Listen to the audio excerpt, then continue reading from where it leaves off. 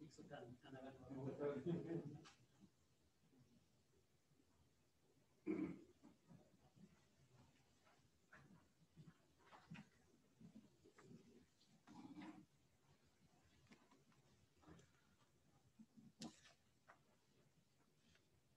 안녕하세요. 반갑습니다. 오늘 서울대학교 인권원장 세미나에 오신 여러분들 환영합니다. 저는 오늘 사회를 맡은 서울대원학과 남승호 교수입니다. 시간 7시가 되어서 곧바로 시작하도록 하겠습니다. 2020년 작년 서울대학교에서는 인권원장 제정에 관한 논란이 일어났습니다. 학내 학생, 교수, 직원 사회에서 적잖은 문제 제기가 있었습니다. 그리고 대학 밖의 동문들과 사회단체들도 인권원장 제정에 반대하는 목소리가 적극 표명되기도 했습니다. 오늘은 다행히도 헌법학계에 명망 있는 음선필 교수님 모시고 이 인권원장의 핵심 문제들을 자세히 짚어보는 기회를 갖게 됐습니다.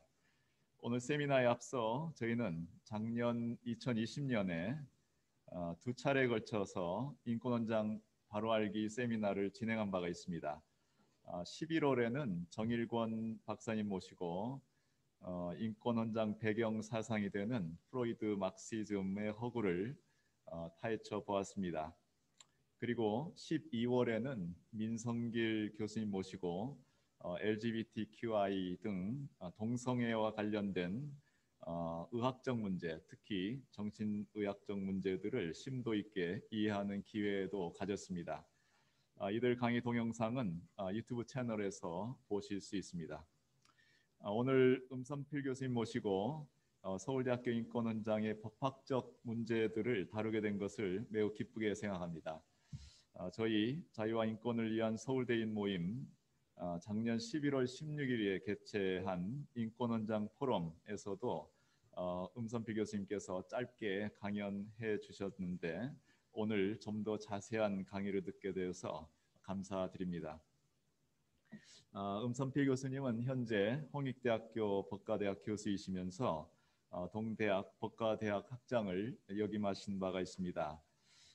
교수님의 전문 연구 분야는 민주주의론, 법과 종교, 정치관계법, 입법학 등 분야의 전문가이시고 저서로는 비례대표 선거제론, 정치적 통제, 정치적 경쟁과 국회의원 선거체계, 그리고 현행 헌법상 헌법재판제도의 문제점과 개선 방향 등을 저술하셨습니다. 오늘 교수님의 강의 제목은 서울대 인권원장의 헌법적 평가입니다. 교수님 강의 후에는 바로 이어서 우리가 질의토론 시간을 갖고요. 줌으로 참여하시는 분들께서는 줌 채팅창에 질문이나 피드백을 올려주시면 저희가 정리해서 교수님께 질문을 드리고 의견을 나눌 수 있도록 하겠습니다. 오늘 세미나를 통해서 서울대학교 인권원장에 대한 이해를 심화하는 그런 기회가 되시길 바랍니다. 그러면 이제 음선필 교수님을 모시도록 하겠습니다. 네.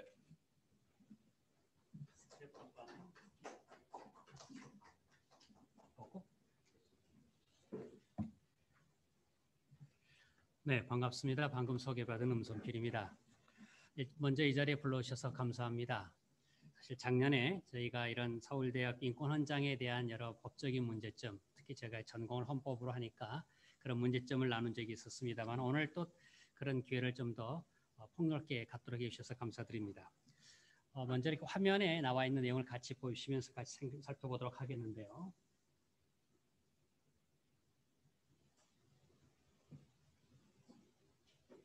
오늘 살펴볼 내용은 서울대 인권헌장의 헌법적 평가라는 내용이 되겠습니다. 목차로서 말씀드리자면 먼저 문제 제기에 해당되는 걸 보고 그 다음에 이제 인권헌장이 어떻게 구성되어 있는가의 내용을 살펴볼 겁니다. 그리고 또한 그 몇 가지 문제점들을 우리가 살펴볼 텐데요. 아마 우리 이전에 혹시 강의하셨던 아까 소개해 주셨습니다마는 정일권 박사님과 민선길 교수님의 그런 내용을 아마 참조하시면 훨씬 도움이 될 겁니다. 왜냐하면 이 법적 문서로 나타나는 내용을 잘 이해하기 위해서 그 배경이 되는 것을 잘 이해해야만이 거기 나오는 표현과 그 행간 의미를 잘 알 수 있기 때문이죠. 그래서 여기 몇 가지 문제점, 특히 그중에 구성원의 의무 조항이 갖는 문제점을 살펴볼 것이고, 그 다음에 특히 우리가 주목할 문제 조항 중에 하나인 폭력과 괴롭힘으로부터 자유로울 권리의 문제점, 그리고 차별 금지 사유로 열거되고 있죠. 성적 지향과 성별 정체성을 차별 금지로 보는 것의 문제점 등을 살펴보도록 하겠습니다.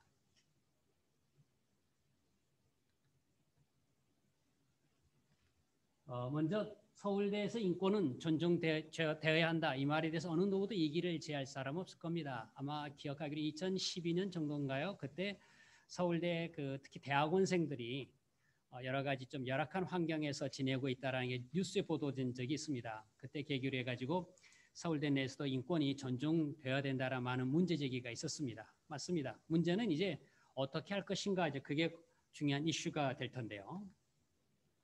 왜냐하면 좋은 의도가 반드시 좋은 결과로 이어지는 것은 아니기 때문입니다.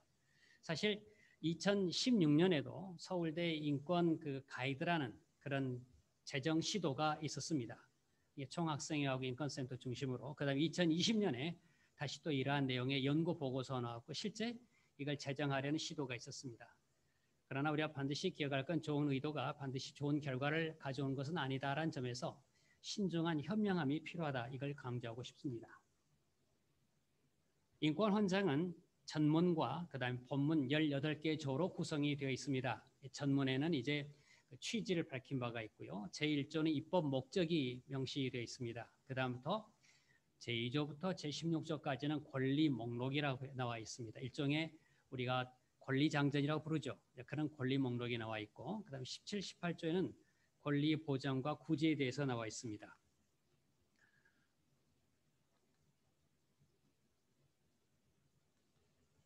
이 내용을 우리가 쭉 살펴볼 때 여러 가지 좀 문제점이 있는 걸 보게 되는데요. 먼저 잠깐 여기 한번 내용을 잠깐 보시겠습니다. 아까 말씀드린 것처럼 2조부터 16조까지는 이렇게 권리 목록들이 나와 있습니다. 그 다음에 이제 17, 18조의 권리 보장 및 구제가 나와 있는데요. 그 중에 특히 주목할 내용은 이 구성원의 권리에 관한 내용과 함께 그 다음에 구성원의 어떤 의무, 그 다음에 이 대학교 의무 이 부분을 좀 주목할 필요가 있습니다. 우리 헌법이 그러하듯이 헌법에는 국민의 권리가 규정이 되어 있고, 그럼 이런 권리를 누가 어떻게 보장할 것인가 굉장히 중요한 문제가 됩니다. 그래서 이제 헌법은 기본적으로 국가와 국민의 관계를 규율하는 것이 되죠. 그다음에 여기서 인권 헌장이라는 이름을 붙여서 마치 이제 헌법의 그런 뉘앙스를 풍기게끔 만들었습니다. 그럼 여기 나온 것처럼 권리를 규정하는데, 그럼 이에 상응해서는 당연히 그 대학교가 일정하게 의무를 가질 겁니다. 그런데 여기서 또 주목할 건 구성원의 의무라는 조항, 그래서 2조와 3조, 16조를 오늘 우리가 좀 주목할 필요가 있는데요. 바로 여기서 우리가 이제 숨은 문제점들이 있기 때문이죠. 먼저 여기서 우리 교내 규범상의 지위를 함께 쭉 살펴볼 필요가 있습니다. 우리 여기 보게 되면은 이 서울대는 법령 아래에 정관이 있고 학칙이 있고, 학칙 아래에 규정이 있고, 그 다음에 밑에 세부 규정이 있습니다. 그런데 여기 나와 있는 이 내용을 보게 되면은 이 규정에 해당됩니다. 인권 헌장이라고 이름을 붙였습니다만은 형식적으로는 규정에 해당이 됩니다. 그런데 이 보고서에서 강조하고 있는 것은 뭘 강조하고 있는가? 사실상 정관이나 학칙에 준하는 규범적 지위와 효력을 기대하고 있다 했습니다. 그래서 보고선 부분을 제가 인용해 드렸는데, 서울대학교의 모든 구성원들에게 적용되는 이 보편적 근본적인 규범이라 이렇게 성격 규정을 하고 있습니다. 그렇다면 이런 단순한 규정 이상의 의의를 부과하겠다 그러면 그만큼 서울대 구성원의 합의가 반드시 필요하다라는 사실을 우리는 확인할 수가 있습니다. 그런데 여기서 한 가지로 주목해 보면은 이 규정 내용을 살펴볼 것 같으면은 단순히 그냥 우리 헌법과 법률에 나와 있는 그 권리 목록만이 들어있는 게 아니라 다른 규정에 이미 나와 있는 내용이 다시 포함되어 있습니다. 그러다 보니까 여기는 대학 공동체에 필요한 세부적인 권리 외에도 헌법과 법률에 이미 나와 있는 걸 다시 또 보장하고 있습니다. 뭐 때문에 그랬을까? 대단히 좀 흥미로운 일인데요. 그것은 이제 서울대 인권센터 규정이 이미 있는데 인권센터 규정과 결부시키겠다는 의도가 숨어 있습니다. 좀 더 설명해 드리자면은 다시 이전 화면을 보시게 되면은 여기 인권센터는 구체적으로 어떻게 보정하겠다는 절차적인 내용이 들어 있습니다. 즉 여기 인권센터는 인권 침해 내용에 대해서 일정한 구제 절차가 들어 있습니다. 그러면 침해될 인권의 내용이 뭐냐가 인권센터 규정에 명확지 않다고 판단한 것이죠. 그래서 여기 보면은 인권헌장이라는 이 내용 속에 구체적인 목록을 집어넣습니다. 그러면 인권센터와 인권헌장은 어떤 관계가 있다고 할 것인가? 인권센터는 일종의 절차적 규정에 해당된다면은 인권헌장은 소위 실체적 규정에 해당됩니다. 다시 말해서 인권헌장에는 목록을 쭉 열거해 놓고 이러한 열거된 내용을 침해하였을 때는 인권센터 규정에 따라서 하겠다라는 내용입니다. 그래서 이제 우리가 주목할 것은 인권헌장 내용만 봐서는 이해를 잘 못하고 이것이 왜 이렇게 심각한가는 인권센터 같이 결부할 필요가 있습니다. 아마 혹자는 이렇게 말했습니다만 이전에 보도 내용 보니까 서울대 우리 교수님 중에 한 분 같은데 인권헌장이라는 이름은 선언적인 일종의 인권 그 목록을 적은 종이 쪼가리에 불과하다. 근데 뭐 이렇게 심각하고 민감하게 반응하는가라고 얘기합니다만은 아까 말씀드린 것처럼 인권센터 규정과 같이 결부됨으로써 실질적으로 어떤 행위를 해서는 안 된다. 이걸 하는 경우 일정한 제재 조치가 들어가기 때문에 그러합니다. 그런 점에서 이런 문제가 있는 것이죠. 그런 점에서 바로 인권헌장은 학내 규범화, 즉 여기 나온 것처럼 단순한 선언에 그치지가 않습니다. 실효성을 가진 규범으로 작용할 것입니다. 이게 바로 보고서, 이 연구 보고서가 기본적으로 지향하는 바입니다. 그래서 우리가 이제 인권헌장의 내용을 파악할 때는 이게 현실적으로 어떻게 나타나고 실현이 될 것인가 그걸 우리는 고민하지 않을 수 없습니다. 그중에 하나하나 살펴보겠습니다. 구성원의 의무 조항에 관한 문제점인데요. 여기 보시게 되면 이제 아까 말씀드린 것처럼 2조, 3조, 16조가 되는데 2조를 전제로 합니다. 2조는 뭐냐면은 모든 구성원이 다 동등한 존엄과 인격적 가치를 가지고 있다. 다 우리는 동의합니다. 그 다음에 구성원의 의무를 보면은 모두를 대등한 존엄과 인격을 지닌 주체로 대할 의무를 가져라. 이것도 우리가 다 이해할 수 있습니다. 이걸 전제로 해서 그 다음에 이제 소위 이른바 구성원의 의무 조항이 들어가는데 3조를 주목해 보실 필요가 있습니다. 3조를 보면은 여기는 차별하지 말라. 차별받지 않을 권리가 있다라고 했습니다. 이러한 권리가 실효성을 가지려면 바로 그 2항에 모두를 차별 없이 대하고 특히 혐오를 조장하는 차별을 조장하는 이 언행을 하지 마라. 이게 바로 혐오 표현 금지 조항이 됩니다. 이 내용이 이제 우리 다음에 하나 살펴볼 텐데요. 그다음에 16조를 보시게 되면은 서로 인권을 가진 주체로서 존중할 의무가 있다라고 하면서 그다음 주목할 내용은 자신의 권리와 의무를 이 타인의 권리와 자유를 침해하는 수단으로 사용하지 마라 그런 말입니다.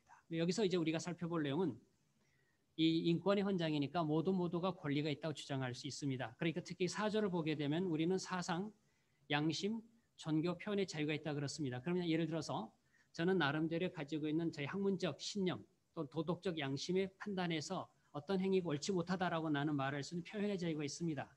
학문의 자유가 있지요. 그런데 그 표현의 대상이 되는 사람, 나 인격권 침해다. 왜 나의 행위를 비판하고 나에 대해서 모욕적인 언사를 사용하냐? 그러면 이건 충돌이 되기 시작합니다.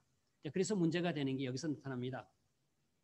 구성원 간에 불가피하게 소위 충돌이 발생할 수밖에 없습니다. 그런데 인권헌장은 이 해결 수단이 명확하지가 않습니다. 사실 이건 그 보고서에도 그 문제점을 지적하고 있습니다. 그래서 어떤 결과가 나타날까? 이 의무조항이 결과적으로 타인의 권리와 자유를 제한하지 마세요라는 근거로 작용하게 됩니다. 즉 다시 말해서 내가 침해받았다라고 주장하게 되면은 그러한 것을 근거가 되는 이 권리를 사용하지 말라라는 내용이 나오게 된다는 거죠. 이제 여기서 하나하나 살펴보겠습니다. 지금 여기 보시게 되면 우리가 이제 특히 혐오 표현 금지 조항이 나오게 되는데 여기 보면 아까 말했던 조항 자신의 언행이 차별을 조장하지 않도록 주의해야 된다. 여기서 두 가지 문제점을 지적하고 싶습니다. 나의 언행이 차별을 조장한다는 게 어떤 걸까? 아까 말씀드린 것처럼 이것은 문학적인 표현이 아닙니다. 이건 규범적 표현이고요. 나중에 인권센터 규정과 결부되면은 이걸로 인하여 징계의 요청이 될 수 있습니다. 이런 불이익을 받을 수가 있습니다. 직원이나 교수의 경우 일정한 인사상의 불이익을 받을 수 있다는 뜻이 되겠죠. 근데 여기서 보면 개념이 불명확하다는 게 문제가 되고요. 그다음에 이것을 대학이라고 하는 구체적인 맥락을 고려하지 않았다라는 문제점을 우리는 지적하게 됩니다. 첫째, 개념의 불명확성. 자, 여기서 차별을 조장하는 언행을 하지 말라 그랬는데 이게 뭘 의미하는 걸까? 근데 여기 보면 구조에 보면 괴롭힘에 해당되는 언행이 있습니다. 그러니까 괴롭힘에 해당되는 언행을 하지 말라 그랬고요. 10조에 보면은 성희롱에 해당되는 선적 언행 하지 말라고 그랬습니다. 근데 다른 우리나라 실정법 근거에 보면은 성희롱에 해당되는 선적 언행도 차별의 행위로 판단하고 있습니다. 그러니까 우리가 지금 차별 조장하는 언행이 성적 언행 또는 괴롭힘에 해당하는 언행이 어떤 관계가 있는지가 불분명한데 대단히 포괄적이라는 거예요. 그래서 아까 말씀드린 것처럼 나의 사상과 종교 또는 신념, 양심 이걸 표현해 나갈 것과 또 나의 학문과 예술의 자유로 표현해 나간 것을 제한하는 결과를 가져올 것이다. 그래서 결과적으로 어떻게 될 것인가? 학교의 교내 규범에 해당되는 이 문서가 결과적으로 헌법상 보장되는 정신적 자유를 침해하는 이런 문제가 된다. 이걸 우리가 이제 문제를 지적하게 되는 거죠.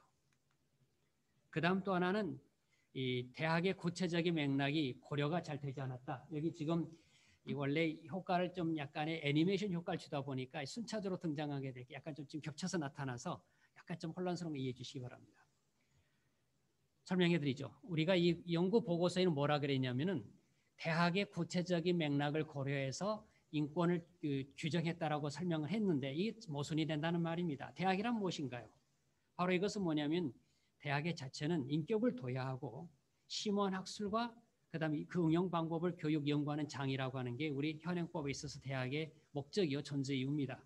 그렇다면 대학이라고 하는 데서는 학문의 자유, 학문의 자유 핵심 뭔가요? 비판의 자유입니다. 그건 뭐 비판에 의해서 정신적 판단이 발전한다라고 한 것은 뭐 근대 이후 소위 정신적 사상을 주장했던 사람들이 너무 당연한 이제 전제가 되고 있는 거죠.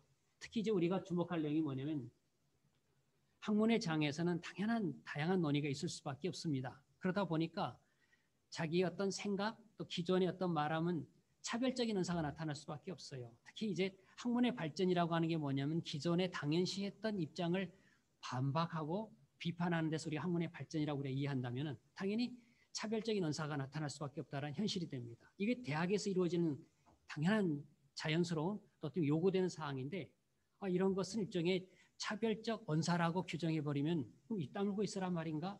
그럼 이걸 어떻게 대학의 구체적인 맥락을 고려했다고 볼 것인가? 이건 전혀 그렇지 않다라는 문제점이 나타나게 됩니다. 좀 더 설명해 드리죠. 이 차별 금지를 강조하는 사람은 이런 입장입니다. 비판의 대상이 되는 행위와 그 주체 간의 구별을 부정하게 됩니다. 그래서 학문적인 토론을 차별이라고 보게 되는 거죠. 우리 자주 지적하는 예처럼 통성애라고 하는 행위가 문제점 지적합니다. 의학적인 문제점 지적하고 그 배경이 되는 사상적 경도된 걸 문제되고 또 실질적으로 우리의 도덕적인 관점에서 비판하게 될 때 이건 우리 행위를 비판하게 되는데 근데 뭐라고 보냐면 그 행위자에 대한 그 비판과 차별로 간주해버리는 거예요. 행위에 대한 판단과 행위자에 대한 인격적 대우는 구별해야 되는데 그걸 동일시하다 보니까 이런 문제가 나타나게 됐다. 그래서 다시 말해서 어떤 행위 비판을 행위자에 대한 차별로 인식해버린 잘못을 범한다. 우리 인간이 이 땅에 태어나면서 가장 원하든 원치 않든 우리는 가치 판단을 하게 됩니다. 시비, 옳고 그름의 문제, 정사, 뭐가 정당한 것 또는 잘못된 것인가, 선악, 옳고 선하고 악한 것, 그 다음에 아름다움과 추함. 사실 이걸 우리는 판단하기 때문에 미와 추이기 때문에 예술이 발달하게 되고 그 다음에 시비, 이것 때문에 과학이 발달한 거 아닌가요? 이건 맞다, 틀리다. 이래서 우리가 모든 자연과학과 사회과학이 발달하게 됩니다. 그리고 어느 것이 옳고 그른가 윤리와 철학이 발달하게 되는 거예요. 이게 바로 학문이라는 걸 따져보면 아까 말한 시비, 정사, 선악, 미추를 따져가는 이 과정이 우리가 학문의 각 영역들이고 거기서 우리가 이제 옳고 그름을 따질 때 비판의 자유가 나타날 수밖에 없는데 이걸 인정하지 않는다? 이건 대학이라고 하는 구체적인 맥락에서 갖는 특별한 중요성을 갖는 비판 그리고 표현의 자유를 제약하는 것. 이걸 어떻게 우리가 인정할 수 있겠는가? 그래서 아까 말씀드린 것처럼 이 차별을 조장하는 언행을 하지 말라. 언뜻 보면 되게 그냥 상관없을 것 같지만 곰곰이 따져갈 때 이 대학이라는 곳은 대단히 받아들이기 어려운 문제가 된다라는 지적을 하지 않을 수가 없습니다. 특히 이와 관련해서 흥미로운 게 있습니다. 이 보고서가 언급했던 하나의 헌법재판소 결정이 있는데요. 이 헌법재판소 결정이 뭐냐면 서울시 그 학생들 그 조례에 관한 문제점을 제기했습니다. 즉 혐오 표현해 나가는 것은 바로 이런 초등학교, 중학교, 고등학교 대상으로 하는 데서 이건 교육성 옳지 않다라는 내용이었어요. 성장기 과정에 있는 학생들 대상으로 해서 약간의 비판적이고 옳지 못한 이야기 하는 거 하면 그들에게 너무 어려운 요구를 하는 것이니까 합당하지 않다라고 했습니다. 근데 이건 아까 말한 유치원과 초중고 대상으로 한 조례를 헌재가 문제 삼은 이 결정례를 대학의 장으로 가져와서 적용하겠다. 이건 흔히 말하는 차원의 혼동을 가져온 오류라고 지적합니다. 다시 말해서 대학이라고 하는 구체적인 그 맥락에서는 비판의 자유가 무엇보다 존중되어야만 한다. 그런 점에서 혐오 표현은 이걸 금지한다라고 하는 것은 대단히 위험하다라고 지적할 수밖에 없습니다. 그 다음 또 다른 문제를 보시죠. 이 폭력과 괴롭힘으로부터 자유를 권리. 이 내용 누구나 봐도 되게 멋있습니다. 항상 이 내용 자체를 언뜻 보면 우리가 비난할 건 없어 보입니다. 그런데 여기 나온 것처럼 아까 말한 것처럼 규범이라고 하는 것은 일종의 행위에 대한 금지를 가져오고 제재를 가져오고 책임을 따지게 돼 있다 보니까 문제가 되는데요. 우리 현행법을 따져보게 되면 괴롭힘이라는 게 몇 가지가 나옵니다. 그중에 하나 경범죄 처벌법, 지속적인 괴롭힘, 우리가 잘 아는 스토킹, 이런 행위를 금지하는 게 바로 경범죄 처벌법에 나오는데 여기는 그냥 괴롭힘이 아니라 지속적인 시간적 거리를 두고 하는 그걸 따질 때 그걸 처벌의 대상으로 삼습니다. 한편 근로기준법에 보면 역시 직장 내 괴롭힘이라는 용어가 나옵니다. 흔히 요즘 우리가 쓰는 말 있죠. 갑질이라고 부르는 거죠. 여기서 말하는 직장 내 괴롭힘은 직장 내에서의 지위 업무와 관련한 그런 소위 우월적 지위를 이용해 가지고 일종의 소위 우리가 말하는 괴롭히는 걸 말합니다. 여기서 보면 구체적인 상황과 관계와 그런 맥락을 적어두었습니다. 한편 작년 6월에 정의당 의원이 중심에서 만든 차별금지법 논란이 많이 되는 여기도 보면 괴롭힘의 그런 개념 규정을 두었고 좀 구체적인 내용을 적어놨습니다. 그런데 이 서울대 인권헌장을 보게 되면 구조에 뭐라고 규정되어 있냐면 신체적, 정신적 손상을 야기할 수 있는 이 모든 형태의 폭력과 괴롭힘으로부터 자유롭다. 그러니까 신체적, 그다음에 정신적 손상을 야기할 수 있는 모든 형태의 폭력과 괴롭힘. 이게 도대체 어디까지 말하는 걸까? 그 보고서 내용을 보면 더 우리가 주목할 필요가 있는데 뭐라고 설명해 주었냐면은 여기서 말하는 폭력이라고 하는 것은 물리적 폭력만은 아니라 폭언도 해당된다는 거예요. 이런 소위 무형적인 다양한 형태의 폭력을 말한다. 이렇게 굉장히 넓혀두었습니다. 그러다 보니까 이 폭언도 하나의 이 폭력에 해당된다. 그러면 괴롭힘과 폭력과 혐오 표현의 경계가 대단히 애매해지게 됩니다. 이 문제점을 하나하나 이제 살펴보도록 하겠습니다.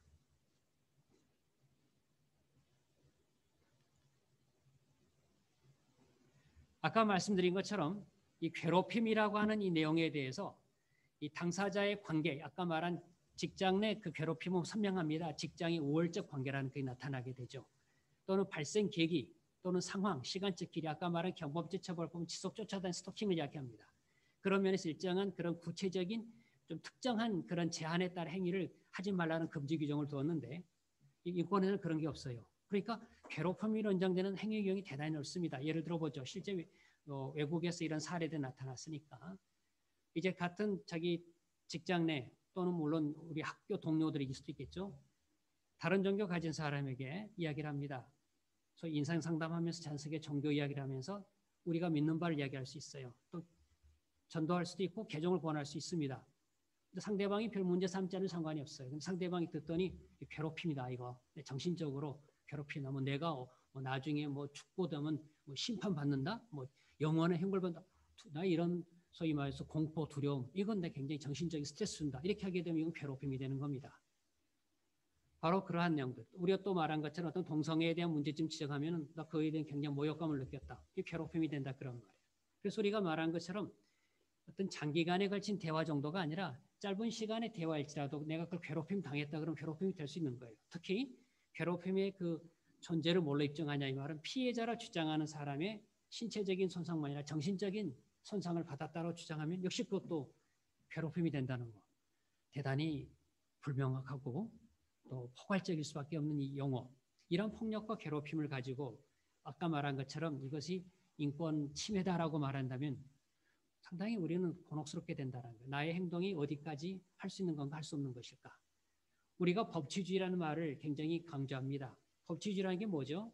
내가 하는 행동이 허용되는 행위인가 아닌가를 미리 예측할 수 있어야 됩니다. 이건 허용되는 거야 아니야. 그럴 때 내가 자유롭게 할 수 있는 거예요. 만약 이런 근거가 불분명하고 어떤 소위 말해서 이제 책임 추궁할 수 있는 국가 권력 예를 들어서 여기 같은 학교였던 인권센터든 누구든 간에 그에 대해서 비난하기를 너가 인권 침해했다라고 말할 때 그럼 나의 행위가 어디까지가 허용되는 거지? 인권헌장은 말하지 않습니다. 이건 바뀔 수 없는 개념이라서 그래요. 그럼 결국 어떻게 되는가? 나중에 결국 이것은 소위 그걸 판단하는 기관, 결국 이것이 실제 적용된다면 이 서울대 인권센터가 될 텐데 거기서 이제 판단하기에 따라서 이건 그들이 보기 이건 괴롭힘에 해당된다. 그럼 괴롭힘이 되는 거예요. 그때부터 이건 명확성의 원칙이 위반되는 겁니다. 그래서 법치주의 중요한 내용 중에 하나가 불분명한 개념을 사용하는 것은 이것은 허용되지 않습니다. 그래서 이거 보통 이런 내용의 규범을 만들게 되면 위헌으로 판단하게 되죠. 즉 법치주의 요청인 명확성 원칙 위반된다. 특히 불이익을 가하는 규범에서 더욱더 요구됩니다. 논의 말씀드리지만 인권 헌장은 독자적으로 존재하지 않습니다. 사실 인권 헌장이 만들어진 다음 프로세스를 보면은 인권센터 규정이 좀 더 강화가 될 것입니다. 이 두 개가 같이 결합이 될 게 분명하죠. 그건 예정된 수순이라고 해도 과언이 아닙니다. 경우에 따라 징계 처분이 될 수 있는 그 요건이 해당되는 이 개념이 폭력과 괴롭힘이 명확해야만 할 것이다. 그렇지 않다면 이것은 아까 말한 명확성 원칙이 위배된다라는 문제점을 지적합니다.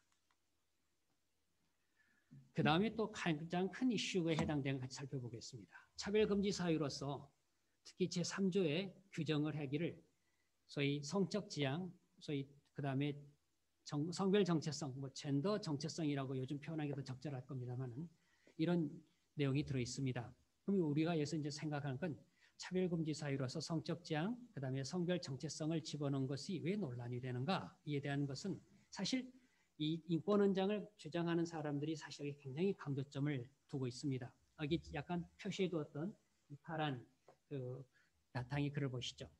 이 내용이 누가 쓴 거냐면 바로 이 연구 보고서 책임자가 언론 인터뷰에 보도한 내용을 그대로 인용한 겁니다. 2020년대에 제정되는 서울대 인권헌장이 성적 지향과 성별 정체성을 차별금지 사유에서 누락한다면 차별의 용인을 표현하는 퇴행적 선택이 될 것이다. 자, 지금 여러 가지 차별금지 사유를 우리는 봅니다. 헌법에도 성별, 또 종교, 사회적 신분 하지 말라고 돼 있어요. 근데 여기 그 이상의 자세하게 열거를 했습니다. 그렇다면 이 규정을 따르게 되면은 성적 지향 우리가 말하는 동성애, 양성애, 그런 트랜스젠더 이런 것들을 이유로 해서 차별할 언행은 차별받지 않을 권리를 침해한 것이고 차별하지 말라는 의무를 그런 위반한 것이 됩니다.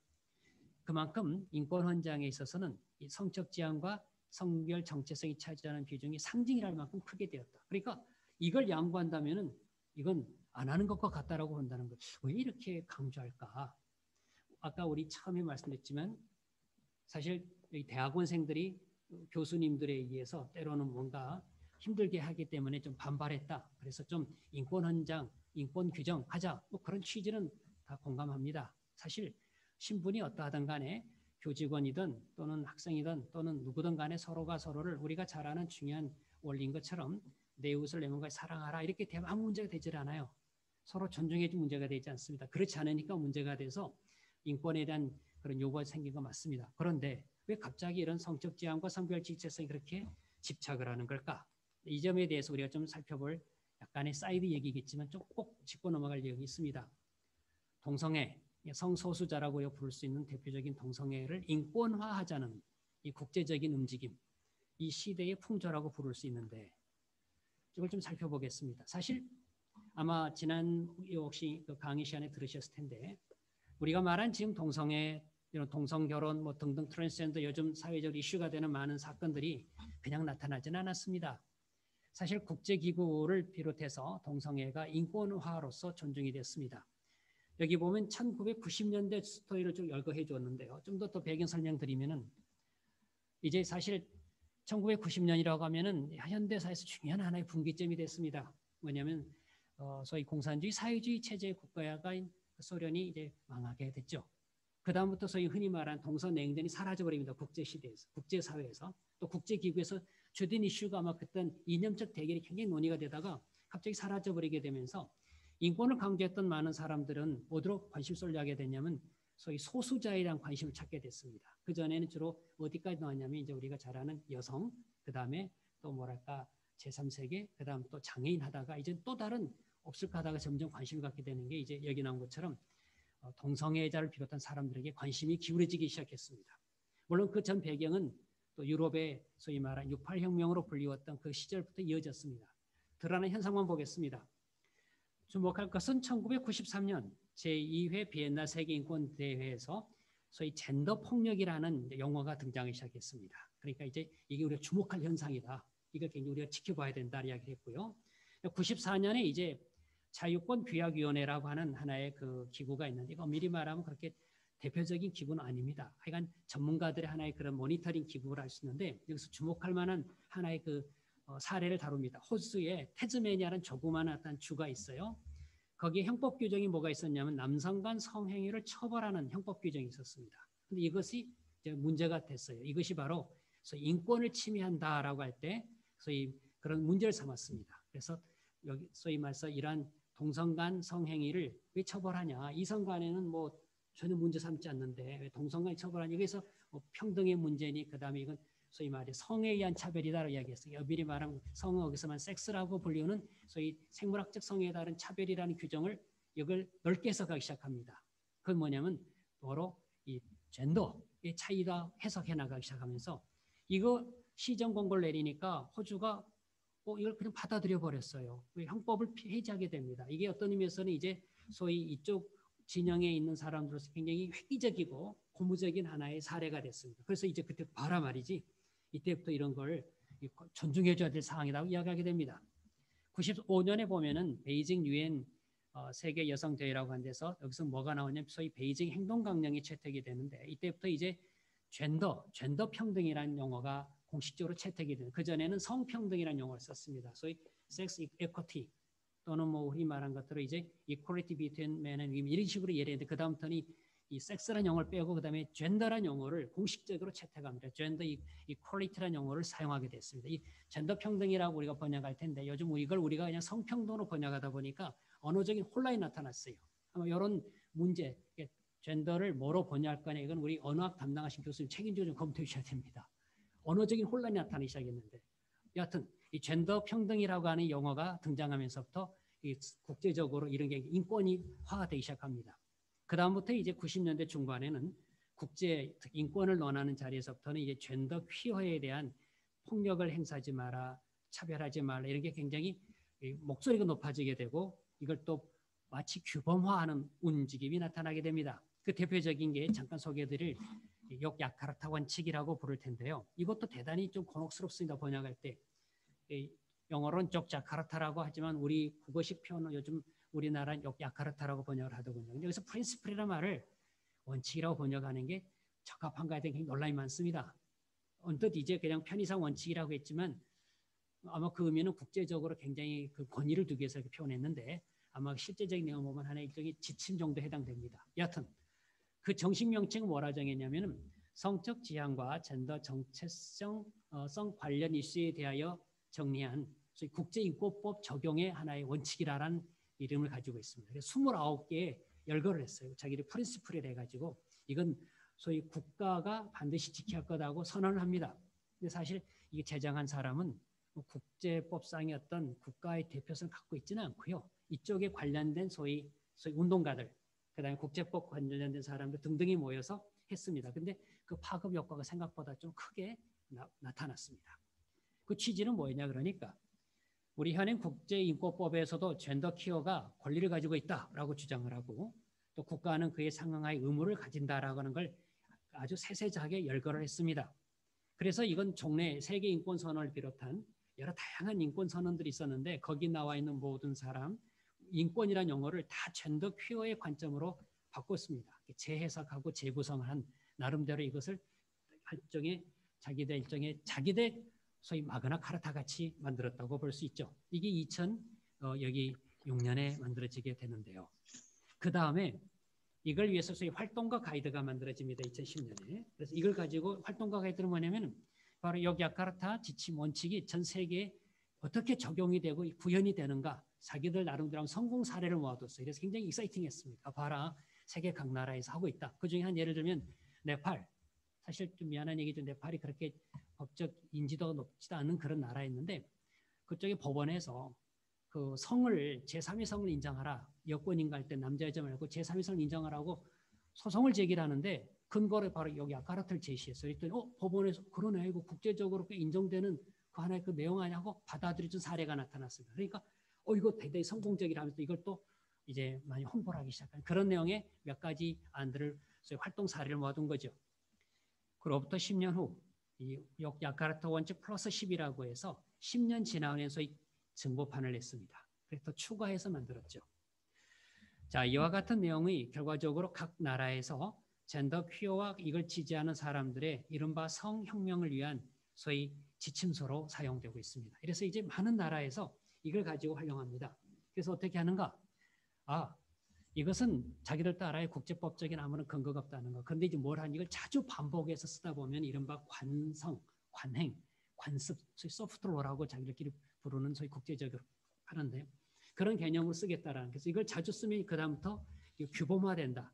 우리나라 인권위가 바로 이러한 야카르타 원칙을 소위 결정 근거로 사용하고 있습니다. 좀 그렇게 해왔었어요. 그 중에 오늘 소개해드릴 내용은 제2원칙입니다. 이름은 평등과 차별받지 않을 권리. 이게 바로 제2원칙의 내용을 한번 보시죠. 그 중에 이제 몇 가지 그 권리 내용을 열거한 다음에 국가 의무를 적었어요. 그 중에 A, B, C, D에서 몇 가지 국가가 반드시 해야 할 의무사항인데 첫째 A를 보시게 되면은 평등의 원칙과 성적 지향 및 젠더 정체성을 이유로 한 차별 금지 원칙이 헌법이나 다른 적합한 법규에 명시되어 있지 않다면 법 개정이나 해석을 이용하여 이 원칙을 반드시 포함시켜야 하고 실제로 이 원칙들이 효과적으로 실현되도록 보장해야 한다. 이 내용을 잘 보게 되면은 그 나라의 헌법이나 다른 법 규범이 이런 규정들이 없다 그러면 집어넣어라 이거예요. 기억나시죠? 2017년에 우리 헌법 개정 운동이 활발하게 일어날 때 바로 이 규정을 집어넣자고 했었어요. 그래서 소위 말 성적 지향으로 차별받지 않다는 헌법을 규정하자라는 운동이 있었습니다. 국회에서 심각한 논의가 이루어졌었어요. 아마 그때 그래서 대단히 많은 사람들이 전국적으로 이에 대한 반대하는 집회를 가지기도 했었습니다. 여기 나와 있습니다. 헌법이 안 됐죠. 그 다음에 차별금지법이 사실 그런 맥락이기도 합니다. 차별금지법은 법률 차원이에요. 그 다음에 또 뭐냐면 우리가 잘 아는 것은 다양한 법률과 지금은 각종 지방자치단체에서 조례 차원에서 이게 지금 이루어지고 있습니다. 근데 그것만이 아니라 여기 나온 것처럼 법이 없다면 해석을 해라. 그러니까 입법으로 해결하거나 입법이 안 되면은 법원에 해석을 하라는 거예요. 그래서 지금 우리나라 법원의 해석이 지금 되냐 안 되냐 굉장히 지금 긴박한 상황이 있습니다. 사실 지금 우리나라 하급심 같은 법도 그렇지만 지금 몇 군데 이와 관련된 소위 말해서 이제 법에서 소위 사법부 쪽에도 대단히 영향을 지금 주고 있는 게 현실이고 조만간에 이게 가시로 나타나지 않을까 우리가 지켜보고 있습니다. 그다음 B를 보게 되면은 동성 간 합의에 대한 성행위를 금지하거나 사실상 이를 금지하기 위해 활용되는 형법, 기타 법적 조항을 폐기할 것을 요구한다. 그래서 지금 우리나라 군형법, 나중에도 설명하겠습니다만은 우리나라 유일하게 해당되는 이 군형법 이거 조항 없애라라는 거예요. 여기 지금 바로 국가 의무 조항으로 이들은 집어넣기 때문이죠. C를 보시죠. 공적인 영역만 아니라 사적인 영역에서도 성적 지향이나 젠더 정체성을 이유로 한 차별을 금지하고 철폐하기 위해 적절한 입법 조치나 기타 조치를 취해야 한다. 언뜻 딱 보면 서울대 인권원장이 여기서부터 바로 이런 맥락이랑 금방 이해할 수 있을 겁니다. 공적뿐만 아니라 사적인 영역, 사적 영역이란 회사, 그 다음에 특히 사립학교. 그래서 특히 문제가 되는 게 이제 종립학교에서 또는 종교기관에 설립한 곳에서도 동성애자를 고용하지만 않으면 안 된다. 이 근거가 된다 그런 말이에요. 그 다음에 F를 보시게 되면은 특정 성적 지향이나 젠더 정체성, 또 성별 표현, 젠더 표현이 열등하다, 우월하다는 사고와 관련된 편견적 차별적 태도나 행동을 철폐하기 위해서 교육해라, 훈련 프로그램을 실시하라 하는 겁니다. 그래서 이런 내용의 교육을 실시하라는 겁니다. 즉 다시 말해서 이러한 내용이 뭐 성평등 교육이라는 이름으로 이루어지고 있고요, 또는 뭐 젠더 교육이라는 이름으로 이루어지고 있습니다. 이런 그 다음에 학교 교과 과정이 아니라 다양한 아마 기억하실지 모르겠지만 퀴어 축제 반대하는 그런 것이 막 문제가 되니까 그때 이런 관련 운동가들이 경찰들을 불러놓고 이제 교육을 시켰습니다. 이런 것은 하나의 인정해줘야 할 하나의 자기의 권리니까 그거 차별하면 안 된다. 이런 식의 교육을 하자라는 거죠. 이게 대단히 전 세계적으로 광범위하고 지속적으로 이루어지고 있다라는 사실. 그 다음에 여기 특히 D를 보게 되면은 D의 그 밑줄 쳐진 부분 보겠습니다. 이 적절한 수준까지 성장하도록 하기 위한 조치를 취해라. 이건 차별이 아니다라는 거예요. 즉 다시 말해서 이제 이른바 적극적 우대 조치라고 해서 지금까지 차별받아왔던 동성애자들을 우대하는 것, 트랜스젠더라는 이유로 해서 불이익받는 것. 얼마 전에 왜 아마 기억나시죠? 어떤 군인이 소위 트랜스젠더 트로서 자기를 밝히고 수술을 한 이후 전역당한 이후 그 다음에 좀 불행한 결과 나온 걸 보면서 이게 굉장히 또 강조하고 있습니다. 우대해줘야 된다는 주장입니다. 그래서 아마 이에 대해서는 물론 다양한 관점에 따라 판단해 나갈 수 있을 겁니다만 적어도 아까 말한 이런 여기 야카르타 원칙이라는 내용은 이걸 대단한 중요한 하나의 원리요 그 다음에 국가 의무상으로 두고 있습니다. 이런 걸 우리가 생각해 보면은 그리고 이제 이들 관련된 쭉 그 후의 문헌을 추적해 보면 국제적으로 상당히 잘 되고 있다라고 자평하고 있습니다. 지금 우리나라에서 이루어지고 있는 일과 특히 지금 서울대 인권 현장에 바로 특히 문제되는 조항들이 여기로부터 직접 관련돼 있다는 사실을 우리는 알 필요가 있다는 거죠. 항상 우리가 어떤 정확한 현상을 이해하는 사람은 피상적인 관찰되는 모습이 아니라 그 배경, 소위 그 근원을 파악할 때 그 성격과 문제점을 정확히 파악할 수 있을 것입니다. 이러한 점에서 우리가 다시 한번 돌아와서 보면은 차별금지 사회로서 성적 지향과 성별 정체성 굉장히 중요하게 지금 이야기하는 걸 좀 살펴봅니다. 그런데 우리가 분명히 알아야 할 사항이 있습니다. 법 규범에서 어떤 내용을 차별금지 사회로 둘 것인가 이게 대단히 중요한 문제가 됩니다. 그 각 나라의 역사적 배경과 그 당위적 요구에 따라 달라지기 때문이죠. 사실 역사적으로 보면은 성적 지향을 이유로 한 차별을 한 나라들이 있었습니다. 그래서 그러한 경우는 이러한 성적 지향을 차별금지 사회로 또는 삼아왔습니다. 예를 들죠. 독일의 형법 같은 경우는 이전에 소위 말해서 이제 남성의 동성 간의 그 행위를 처벌한 조항을 두었습니다. 미국 같은 경우는 아예 공무원이 되지 못하게 규정을 두었어요. 그러니까 그런 나라들은 명시적으로 차별을 했습니다. 그 나름대로 다 이유와 정당한 이유가 있었죠. 근데 물론 좀 지나친 경우도 있었어요. 특히 히틀러 시절에 그때는 여러 가지 이유로 해서 사실 학살하고 많이 죽였던 사람들은 유대인만은 아니었습니다. 집시들도 죽였고 또는 동굴아파 사람도 많이 죽였고 그중에 동성애를 많이 죽였어요. 그런 나라들은 약간의 마음에 짐 있는 거예요. 왜냐하면 과거에 이건 지나치겠다 말이죠. 그러니까 그들은 이런 거에 대해서 자유롭지가 못합니다. 그런 나라의 경우에 있어서는 자기들은 규범으로 차별금지 사회로 두고 있습니다. 그럼 뭐 이해할 수도 있습니다. 그럼 우리나라는 어떨까? 대한민국의 법규범을 이야기하는 우리들 입장에서 우리의 역사적 배경과 현실을 볼 때 이런 성적 지향과 성별 정체성이 우리 헌법에 예컨대 명시되어 있는 성별, 종교, 사회적 신분과 동등한 수준의 차별금지 사회로 볼 것인가? 우리 이 점을 한번 살펴보자라는 거죠. 역사적 당위성. 결론적으로 말하면 일제강점기 이래 물론 조선시대에는 그런 것이 좀 있었습니다. 뭐 비난하거나 금지하는 거. 그러나 적어도 근대 이후 한국에서의 동성애에 관한 법적 차별은 문제되지 않았습니다. 도덕적으로 비난하는 건 별개의 문제입니다. 법적으로 처벌하지 않았습니다. 우리나라 어떤 면에서 현행 군형법에 따르게 되면 동성 간의 성행위를 제한하고 있습니다. 참고로 주의할 것은 우리가 성적 지향 특히 동성애를 말할 때 규범, 법에서 말할 때는 소위 내면의 끌림은 우리 관심 갖지 않습니다. 우리 보통 동성애 그러면은 언뜻 생각하기에 내면상의 어떤 그런 끌림 이렇게 생각하는 그건 뭐 그렇지만 법은 그걸 관여할 수도 없고 관여하지도 않습니다. 왜 내면적인 건 우리가 할 수가 없어요. 단지 드러난 행위가 문제됩니다. 그러니까 다시 말해서 규범상에 특히 문제가 될 때는 동성 간 성행위 이것이 이제 규범이 되는데 대한민국은 그렇습니다. 군형법에 나타난 것처럼 이런 동성 간의 성행위를 제한한 것 외에는 우리나라는 동성애에 대한 처벌 행위가 있지 않습니다. 아까 말씀드린 것처럼 이에 대해서 도덕적, 종교적 판단은 논외로 하더라도 법적으로는 우리는 하지 않습니다. 그러니까 아까 말한 다른 나라와 같이 그런 거에 대해서 처벌했기 때문에 나타나는 그런 반발의 또는 반성은 다른 차원이다 그런 말이죠. 그다음 또 다른 우리 생각할 현실적 필요성이 있는가? 우리나라 실질적으로 이러한 그런 차별 사유로 해서 사회적인 문제가 얼마나 되고 있을까? 한번 냉철하게 보자. 국가인권위가 이제 활동하게 된 2001년부터 2016년까지 인권위의 그 통계 자료입니다. 실제 여기 보면 이제 차별 이유로 해서 다양한 진정 사건이 들어왔습니다. 성적 지향에 관한 건 81건으로 들어왔는데 이건 전체 사건 중에 0.3%에 해당되는데요. 그중에 이게 진정이 됐네, 실제 문제가 얼마나 됐는가? 이 중에 81건 중에 44건은 차별행위에 해당되지 않는다고 판단했습니다. 그중에 이제 18건은 또 기각이 됐습니다. 그런 이유 사유가 되지 않는다. 그럼 정작 이건 문제 삼은 거 11건이었어요. 이건 좀 차별행위로 볼 수 있다.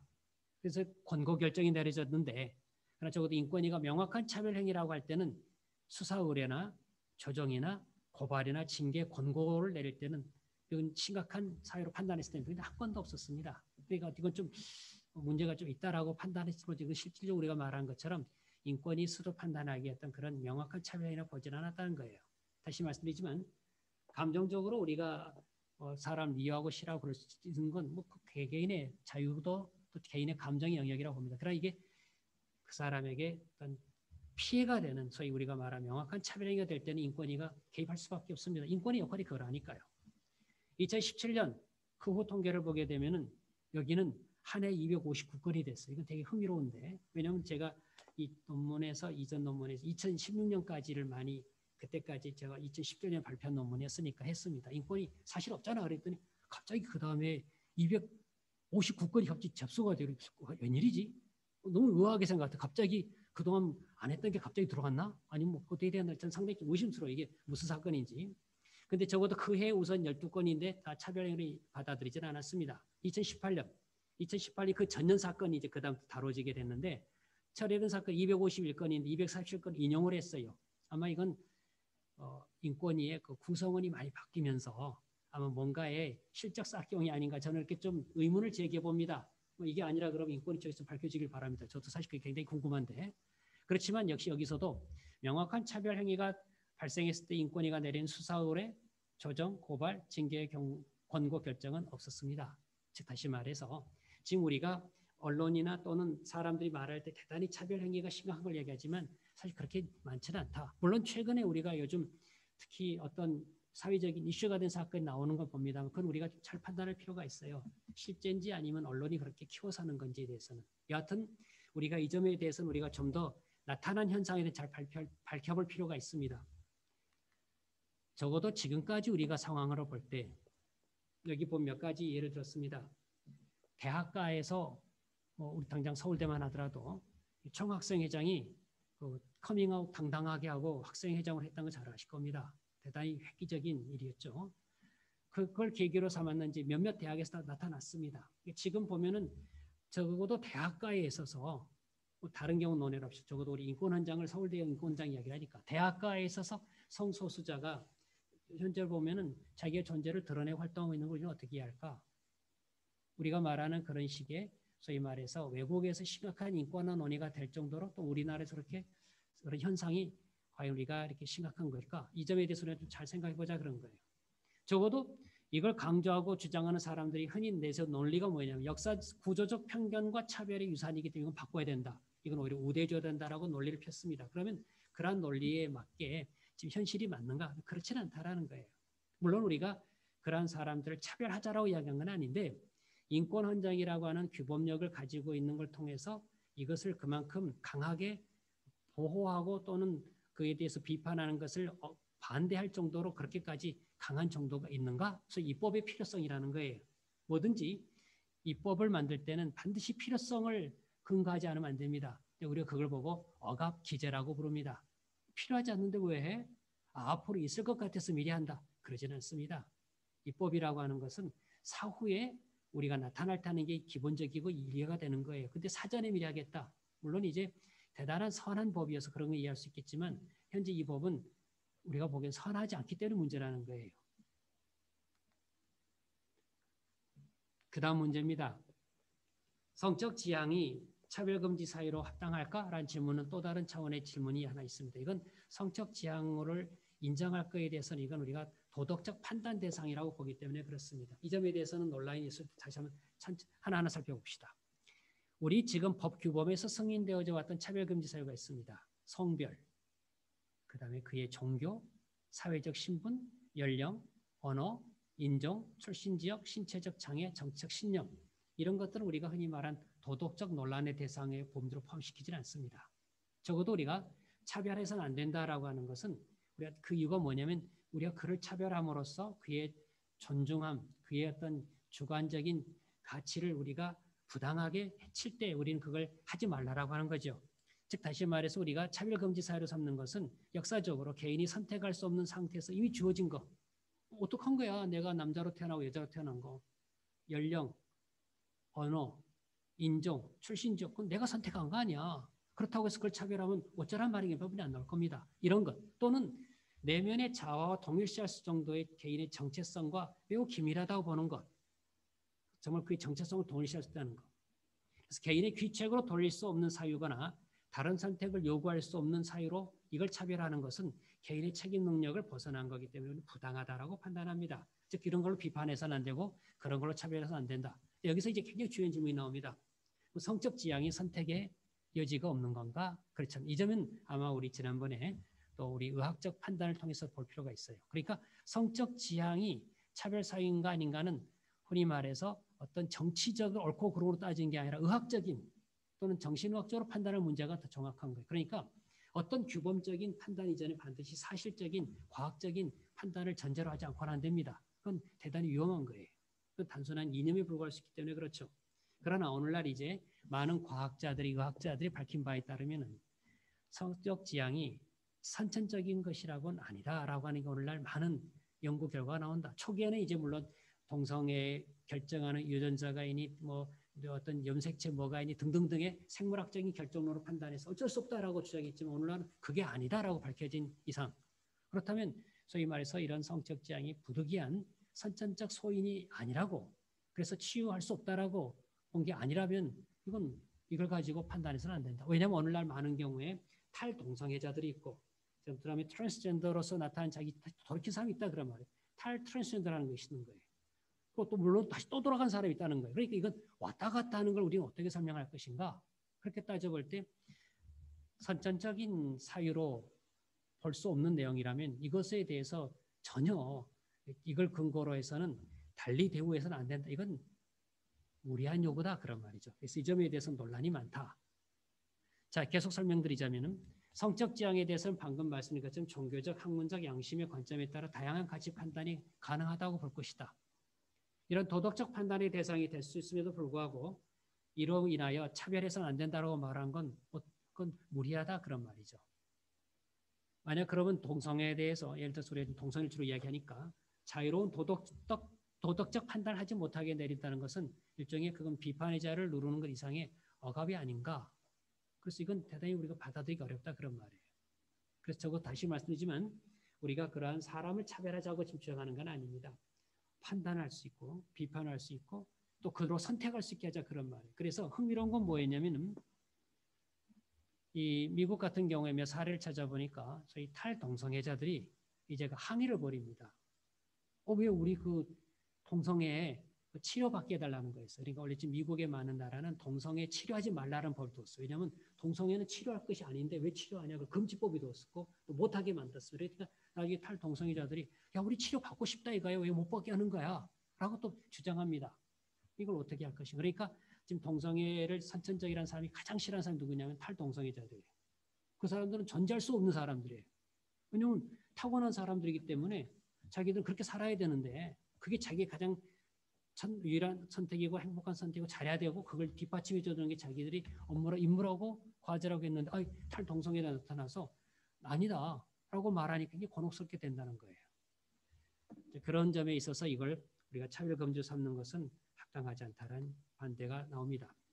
또 연구보고서는 이런 질문을 했습니다. 또 이런 문제 제기를 했죠. 성적 지향은 우리 헌법 해석을 통해서 차별금지 사유로 도출이 가능하다라고 이야기를 했습니다. 과연 그런가? 우리 헌법 해석을 통하여 차별금지 사유로 가능한가? 이 점을 하나하나 살필 필요가 있어요. 우리 헌법은 명시적 차별금지 사유로 세 가지를 뒀습니다. 성별, 종교, 사회적 신분. 왜 이걸 명시했을까? 아시다시피 성별에 둔 이유는 금방 알 거예요. 우리나라 유교 사회에서 워낙 남녀에 대한 그 차별이 심했던 그 반성이었겠죠. 또 종교, 특히 우리나라는 종교 때문에 많은 사람 사실 숨겨 있잖아요. 특히 가톨릭 많이 사람이 죽었었어요. 그런 종교적인 이유가 있었어요. 사회적 신분은 말씀한 대로 잘 알 겁니다. 이런 걸 우리는 한국 사회는 그걸 가졌기 때문에 역사적인 반성으로 헌법 차원의 명시를 했어요. 물론 이제 예컨대 남아공 같은 경우는 아직도 차별이 얼마나 심했는지 거기 보면은 그쪽 나라에서는 또 차별 금지 사유가 우리보다 훨씬 더 많습니다. 그럴 수밖에 없어요. 그러니까 인종차별 심한 나라 인종이 들어갑니다. 그럴 수밖에 없어요. 그러니까 적어도 그 나라의 헌법이라는 강력한 규범에는 더 그만큼 강한 규정을 둘 것이다. 물론 헌법에 그런 규정이 없으면은 차별금지 사유로 삼지 없냐 그렇지는 않아요. 할 수는 있어요.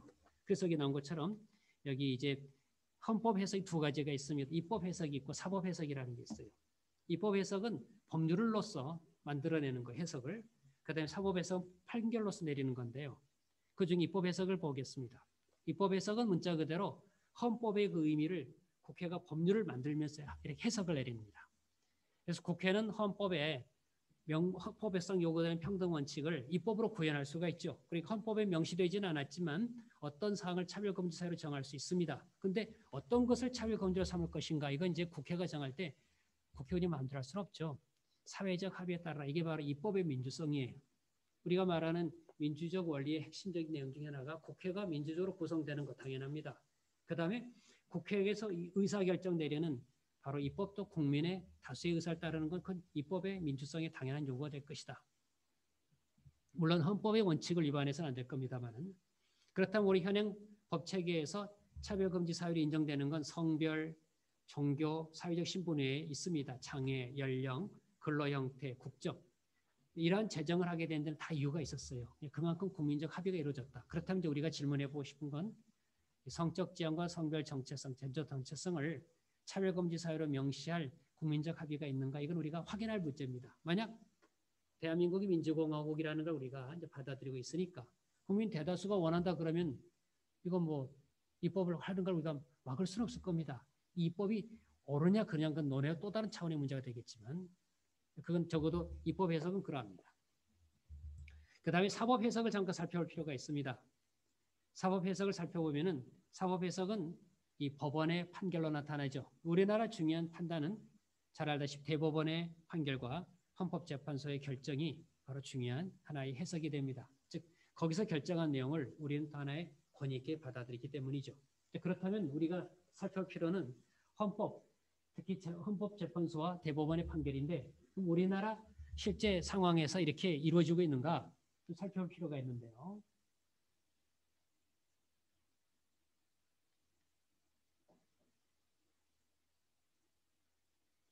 이 사법 해석이라고 하는 것은 아까 흔히 말한 민주적 어떤 다수결로 정해진 것과 좀 다릅니다. 철저한 법리에 근거한 충실한 논증을 통해 이루어져야 된다는 것을 사법 해석의 특징이라고 볼 수 있는데요. 먼저 여기서 입법 해석 다시 한번 좀 보겠습니다. 현재 우리나라에서 여기 보듯이 이 헌법을 해석해 나가면서 입법했던 것 중에 성적 지향이 명시로 된 건 3개의 법률이 있습니다. 그 중에 보면은 국가인권위원회법이 있고, 그 다음에 형집행법이 있고, 그 다음에 군형집행법이 있습니다. 좀 하나하나 볼 필요가 있는데, 군형집행법과 형집행법은 소위 수용하는 그 절차와 어떻게 대우할 거냐 문제니까 당연히 아까 말한 그런 성적 지향의 특성 있는 사람을 좀 달리 대해줄 필요는 있습니다. 그건 뭐 제한된 공간에 그들을 수용해야 되니까. 그러니까 그 입법 취지는 우리 인정할 수밖에 없다라는 현실이고요. 그 다음에 이제 인권위법이 논란이 됐습니다. 인권위법이 2000년대 초에 이 법이 만들어질 때 성적 지향이라는 단어가 들어올 때는 그 당시 그 법을 만드는 입법자인 국회의원들 무슨 단어인지를 잘 몰랐었습니다. 나중에 그 사람들이 설명할 때 우리는 이게 그런 의미인지를 몰랐다라고 했다 할 때 우리가 대단히 웃어 넘기기 너무 슬펐어요. 자기들은 이런 내용이 있는지도 몰랐어요. 사실 알고 보면 인권위법에 성적 지향이 무엇인가라는 이런 것이 앞쪽에도 있지 않고 저 뒷부분에 인권위가 어떤 조사할 수 있는 대상으로 쫙 열거할 때 평등권 침해 사유할 때 살짝 들어왔기 때문에 잘 몰랐었어요. 소위 가만히 들어온 자입니다. 그러다 보니까 이 내용이 어떤 의미인지 몰랐는데 지금 계속 논란이 되고 있어요. 그래서 최근에 지난번 20대 국회에서도 그 조항을 빼는 입법 개정안이 나오기도 했었습니다. 여전히 이건 논란이 있었다 그런 말이죠. 성적 지향이 차별금지 사유로 한국에서 일반적으로 인정되고 있는가? 현재는 그렇지가 않다. 물론 이에 대해서 이제 아까 말한 운동가들은 바꿔야 된다라고 주장하지만 적어도 입법의 단계로서는 아니다라는 게 현실이고요. 그런데 아까 말한 사법 해석의 경우 여기 좀 몇 개 간단히 소개해드리죠. 헌법재판소하고 대법원은 성적 지향을 차별금지 사유로서 보아 이에 따른 차별을 금지한 그런 결정을 내린 적은 없었다. 아까 말씀드린 것처럼 특히 군형법이 문제가 되는데요. 군형법에 있어서 아까 말한 특히 동성 군인 간의 합의에 따른 이런 성행위를 우리는 소위 처벌 대상으로 삼고 있습니다. 헌법재판소는 뭐라 그랬냐면 이것은 합리적 차별이다라고 판단했습니다. 그러니까 적어도 이건 우리 군대 조직 내에서 군대라는 그 특성을 유지해 나가기 위해서는 이건 합리적인 차별로서 이건 우리가 허용하지 않는다. 그래서 지금 우리 헌재는 판단했고요. 물론 헌재 판단이 바뀔지 안 바뀔지는 또 우리는 모릅니다. 이 점에 대해서 우리도 지켜볼 문제가 됩니다만 현재는 그러합니다. 그런데 이 사건을 대해서 상당히 강하게 주장했던 사람이 지금 헌재 재판관으로 들어와 있다는 사실은 대단히 좀 주목할 필요는 있습니다.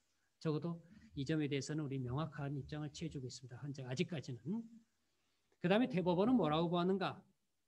소위 동성간 성행위를 뭐라 그랬냐면은 일반적으로 객관적으로 혐오감을 유발하고 선량한 성도덕관념에 반하는 성만족 행위라고 평가했다.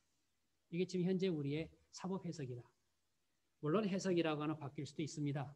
그러나 적어도 우리나라에서 헌법 해석으로 차별금 사유로 둘 수 있다는 건 물론 주장을 할 수 있습니다만은 아직까지 그런 근거, 주장은 할 수 있지만 근거는 없다라고 말씀드릴 수 있습니다. 그러면 서울대 내에서 대학 내에서 이러한 성적 지향과 젠더 정체성을 이유로 차별금지 사유를 해나가야 할 현실적 필요성이 있고 당위성이 있는가?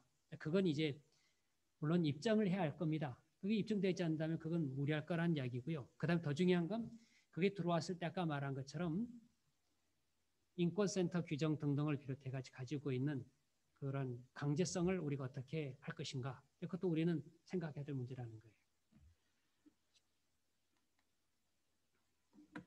그래서 이제 정리하게 되면 아까 말씀드린 것처럼 헌법 해석론으로 당연히 도출될 수 있다는 주장은 우리 현행 법 체계와 헌재와 대법원 판단과 부합하지 않다라고 주장할 수 있습니다. 물론 아까 말한 것처럼 인권위법에 이 조항이 들어있어요. 그러니까 다른 법에도 들어와야 된다? 그렇지는 않아요. 그 법은 각각 법에 그 규율하는 취지와 목적이 있습니다. 취지가 맞느냐 안 맞느냐. 아까 말씀드린 것처럼 이 형집행법과 군형집행법에 따르면은 그런 성향을 가진 사람들을 따로 해두는 건 그건 대단히 합리적인 이유일 겁니다. 그런 조항들은 들어왔었어요. 이제 이야기를 좀 마무리할 때가 되었습니다. 사실 이야기를 좀 마무리하고 아마 또 많은 의견과 질문을 제가 답해드린 게 더 효과적일 것 같은데요. 서울대 인권헌장 어떤 의미를 가질까? 이건 단순히 한 대학만의 문제가 아닙니다. 한국 전체 대학에 미칠 영향이 대단히 크죠. 그걸 알기 때문에 다른 대학보다 특히 서울대 인권헌장을 노리는 건 굉장히 의도된 기획 입법이다라고 봅니다. 아마 이런 시도는 아까도 말씀드린 것처럼 2016년에 2020년에 아마 또 언제 계속 이루어질 겁니다. 할 겁니다. 왜냐하면 이 서울대 인권헌장이 가지고 있는 어떤 의미 때문에 그렇습니다. 그렇다면 우리는 어떻게 판단해야 되나? 당연히 서울대 구성원 모두의 권익에 보호할 필요성은 있습니다. 특히 아마 이런 것에 처음에 그 단초를 제공했던 대학원생들의 아마 그런 뭐랄까 권익을 보호해주기 위한 지침은 필요하다. 그 점에 대해서는 대충 이해할 것 같습니다. 그러나 그러하더라도 아까 말 논란이 되었던 그 조항들 그런 것들을 분명히 뺄 필요가 있다. 또는 현재 이미 인권센터 규정이 있습니다. 인권센터 규정이 필요하다면 실질적으로 서울대 구성원들의 권익 보호에 필요한 그런 규정들 좀 더 구체적으로 만들어라. 그것도 가능할 겁니다. 그건 입법 기술적인 문제이기도 합니다만.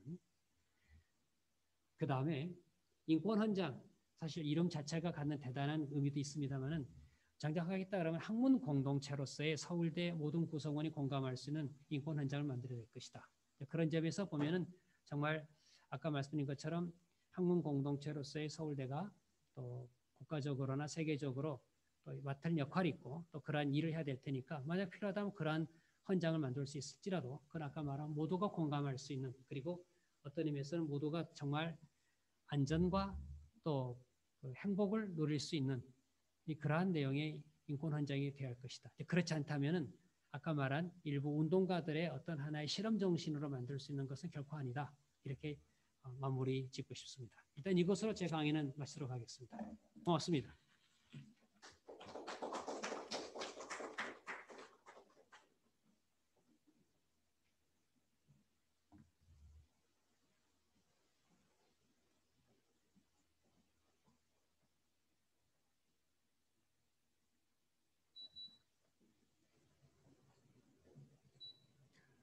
혹시 뭐 질문 들어온 것들이 있었나요? 다시 한번 감사드립니다. 오늘 귀한 강의해 주셔서요. 너무 감사드리고요. 이제 시간 질문하고 토의하는 시간을 갖도록 하겠습니다.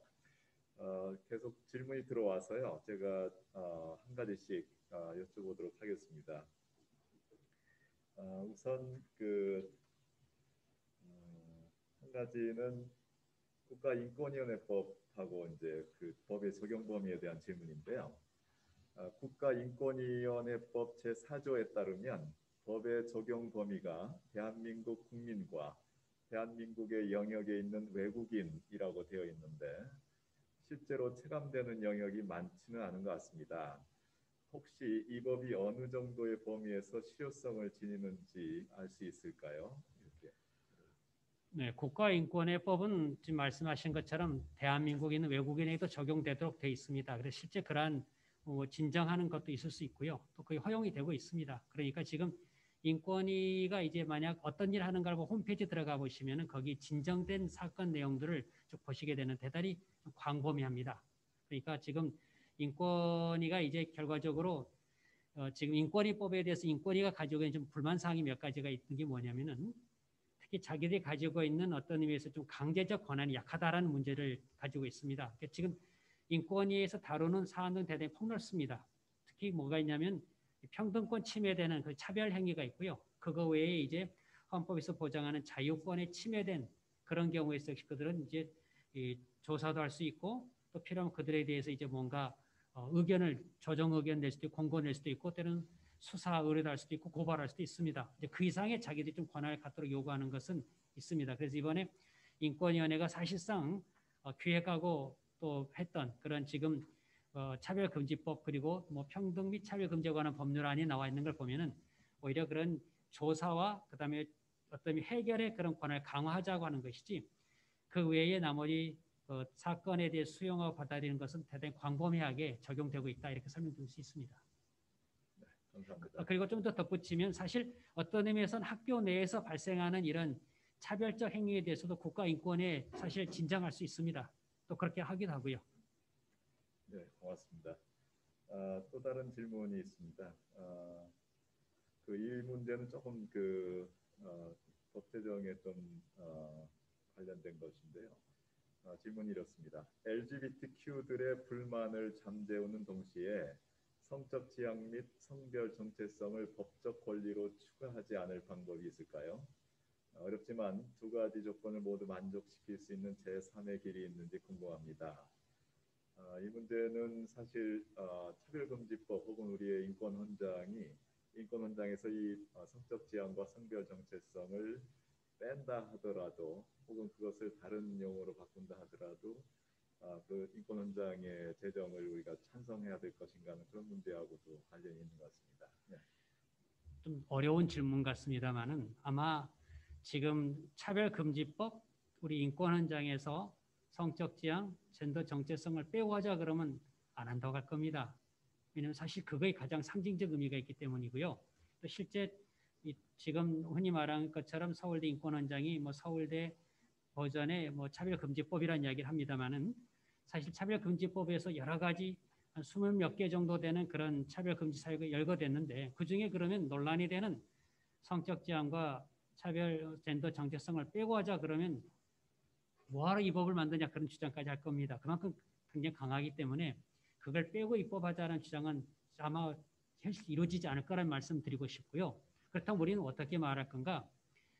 아까 말씀드린 것처럼 이 차별 행위가 심하게 이루어져서 그걸 교정하고 방지할 필요가 있다 그러면 그런 입법할 필요는 있습니다. 당연히. 예를 들어서 그래서 아까 말씀드린 것처럼 장애, 뭐 연령, 그 다음에 때로는 고용, 근로 형태 등등에 따라서 그때그때 법안들이 만들어져 왔죠. 그래서 이제 포괄적 차별금지법보다는 필요하다면 그런 각각 차별 사유에 대해서 그런 나름대로의 개별적인 차별금지법은 그 필요에 따라 만들어 왔고 또 만들 수 있다라는 이야기를 하고요. 그 다음에 아까 또 말씀드린 것처럼 실제 우리나라에서 아까 이야기했던 그런 젠더 퀴어 또는 성소수자라고 불리는 사람들에 대한 차별적 행위에 대해서 그걸 어떻게 막을 거냐에 대해서는 물론 다양한 방법이 있을 수 있습니다. 그중에 한 가지 아까 말한 것처럼 차별금지법이라고 하는 것은 아까 막 강력한 제재가 들어가는 그것이 동원됐을 때는 더 많은 사람들이 가지고 있는 자유에 대한 침해라는 결과가 가져오기 때문에 그건 적절치 않다라는 문제가 되고요. 그 다음에 사실 성소수자를 어떻게 대우할 것이냐라는 문제는 또 큰 사회의 중요한 합의가 또 필요할 것 같기도 합니다. 즉 다시 그건 도덕적인 어떤 의미의 사회 전체 사람들의 이 시기에 따라서 어떻게 대우할 거냐는 문제가 이제 우리 합의를 이뤄갈 문제가 되고요. 그걸 아까 말한 법으로 강제하는 게 어렵다라는 그런 문제를 지적하고 싶습니다. 이건 근데 사실 좀 쉽지 않은 문제가 될 겁니다. 적어도 우리가 이제 근데 각각 이제 우리들도 그렇고 개개인적으로도 어떤 입장으로 그들을 대할 것인가에 대한 판단할 줄 알아야 될 겁니다. 다시 말해서 행위에 대해서는 우리가 아닌 건 아니라 하더라도 그러한 사람에 대해서 우리가 포용할 줄 아는 것, 이건 굉장히 어떤 의미에서는 절제되고도 좀 포용적이고도 넓은 그런 마음이 훈련되는 경우만 가능할 겁니다. 그건 우리가 노력해야 될 문제가 될 겁니다. 그렇지 않고 무조건 거부하는 것도 바람직하지는 않고 무조건 또 인정하는 것도 적절하지 않다고 하는 그 경계를 찾는 것이 참 어려운 문제지요. 그러니까.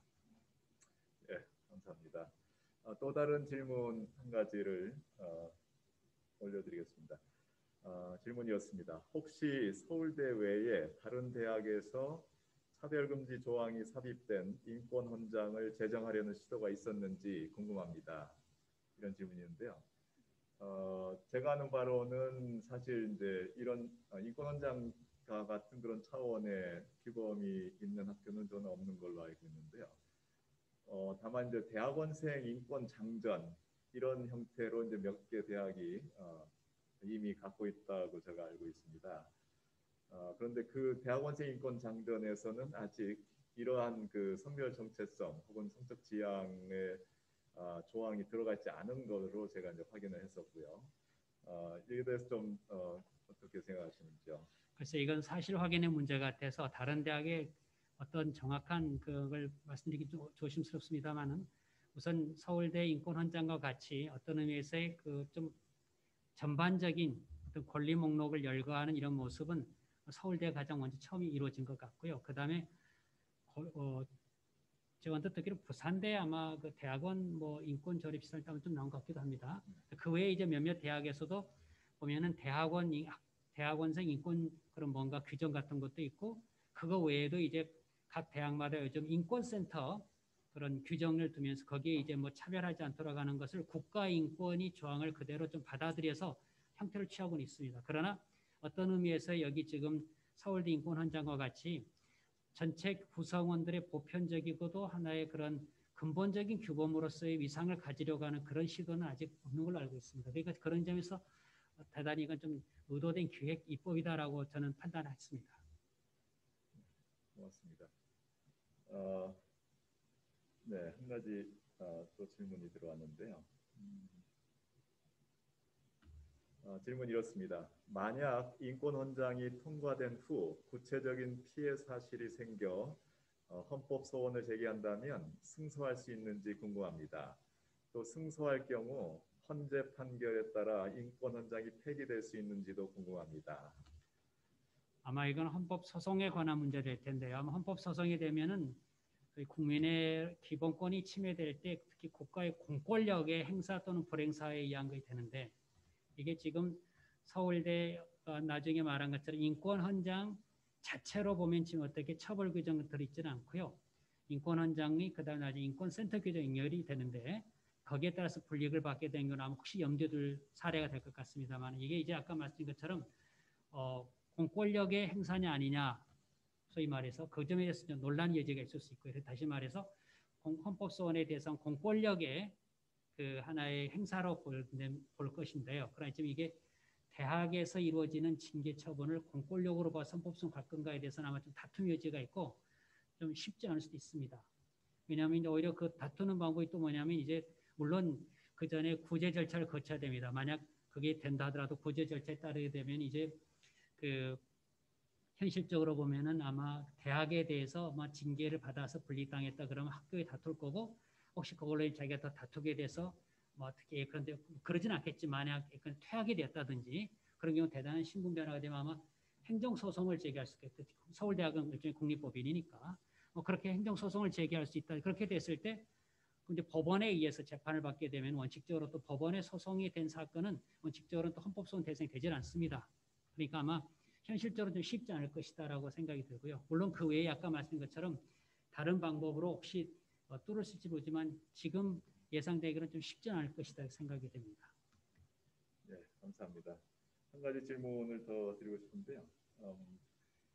사실 동성애 운동가들의 주장 중에는 국제법을 들어서 한국에서도 이것을 해야 된다라고 하는 주장을 하는데 실제로 대한민국의 구속력을 갖는 국제법에서 이런 그 성적 지향과 성별 정체성을 차별금지 사유로 적시하고 있는 국제법이 있는지 궁금합니다. 현재까지는 없는 것으로 확인되고 있습니다. 대한민국이 저희 조약에 가입해서 또 비준해서 그에 따라 구속력을 갖는 경우로서는 명시적으로 어떤 우리가 가입한 것 내용 중에 없습니다.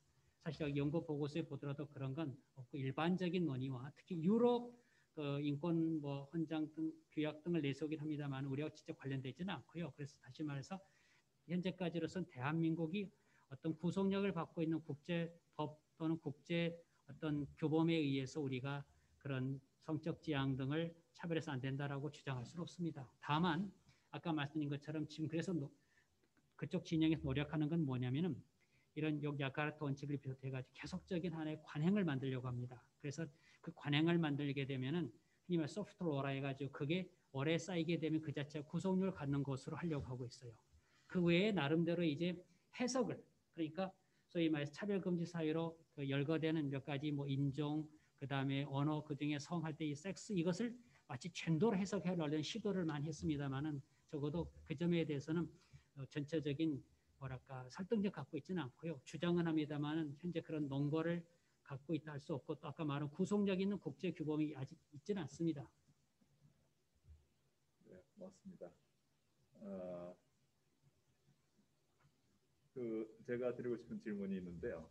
아까 그 강연 중에 야카르타 원칙에 대해서 다 이렇게 소개해 주시지 않았지만 원칙 2에 대해서 중점적으로 이렇게 말씀해 주셨는데요.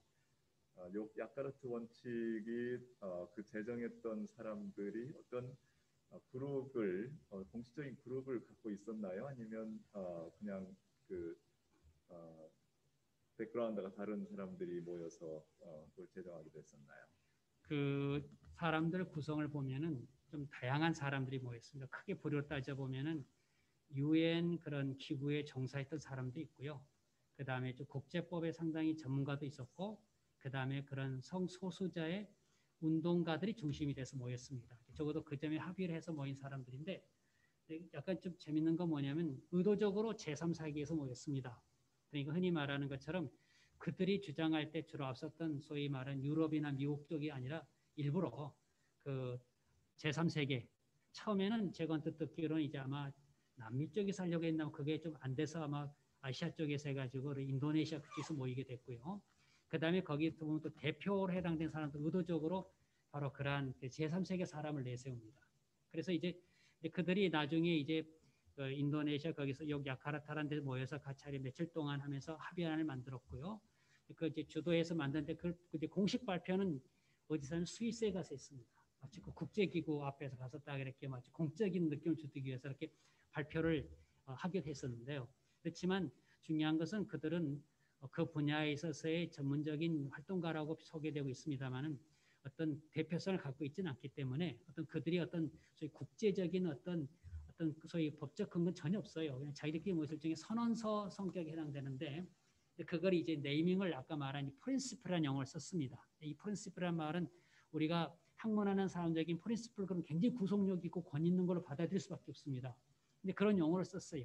그렇게 해가지고 강조하고 또 그 다음에 이들이 아까 말한 UN 그런 기구에 종사했던 사람들이기 때문에 또 그 중에 꽤 알려진 그런 소위 사람도 있었어요. 그들 가가지고 자기 일종의 후배들이죠. 가가지고 많이 좀 인용해라 그랬어요. 그래서 그래가지고 그게 가지고 UN 그런 여러 기구에서 그게 좀 많이 인용이 됩니다. 그러니까 인용이 되면 뭐든지 알다시피 소위 권위를 갖기 시작합니다. 그렇게 해서 이런 운동들을 펼치기 시작했던 거죠. 그래서 각 나라 정부 그다음에 공적인 문서 그다음에 법원의 그런 소위 판결의 근거로 많이 쓰도록 해왔다는 걸 말씀드릴 수 있고요. 그래서 대단히 좀 계획된 의도된 하나의 모임이었다 생각이 들고요. 그다음에 또 하나는 이 그들이 모였을 때 처음에는 주로 누가 강조했냐면 이 소위 자기들끼리 좀 논란이 있었는데 주로 성적 지향 그 점을 동성애자 중심으로 많이 모였다가 그 중에 아까 말한 이제 트랜스젠더 젠더 정체성 모였는데 그 중에 또 이제 좀 빠진 사람이 있다 좀 약간